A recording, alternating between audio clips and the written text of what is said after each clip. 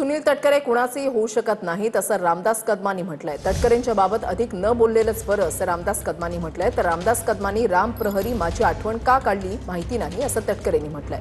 रामदास कदम मोठे नेते, मला त्यांच्यावर बोलायचं नाही असं प्रत्युत्तर तटकरेंनी दिलंय। सुनील तटकरेच्या बाबतीमध्ये काही होऊ शकतं। सुनील तटकरे कुणाचा होऊ शकत नाही, कुणाचाही नाही, त्याच्या बापाचा पण होणार नाही। तटकरे जिथं खाईल ना, जेवेल तिथं शेत करणार, ही तटकरेची औलाद आहे। तर तटकरेच्या बाबतीमध्ये न बोलणं अधिक चांगलं आहे असं मला वाटतं।